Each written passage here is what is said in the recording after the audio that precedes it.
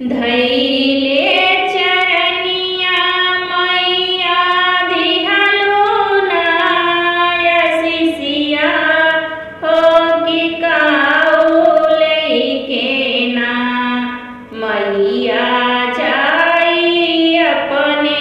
घरमा हो कि काउले के ना मैया जाई अपने घरमा हो कि काउले के ना धनवा जे देवई बेटी लूटी पाटी जई हई हो बिरनवा देवई ना तोहरे नैहर के सिंगरवा हो बिरनवा देवई ना तोहरे नैहर के सिंगरवा हो बिरनवा देवई ना धानवा जे देवई बेटी लूटी पाटी जई हई हो बिरनवा देवई ना तोहरे नैहर के सिंगरवा हो बिरनवा देवई ना तोहरे नैहर के सिंगरवा हो बिरनवा देवई ना धैले चरनिया मैया दिहलो ना आशीषिया हो कि काउले के ना मैया जाई अपने घरमा हो कि काउले के ना मैया जाई अपने घरमा हो कि काउले के ना महाराज देवई बेटी टूटी फूटी जई हई हो कि सिंदूरा देवई ना सजल राहे तोहरा महिया हो सिंदूरवा देवई ना सजल राहे तोहरा महिया हो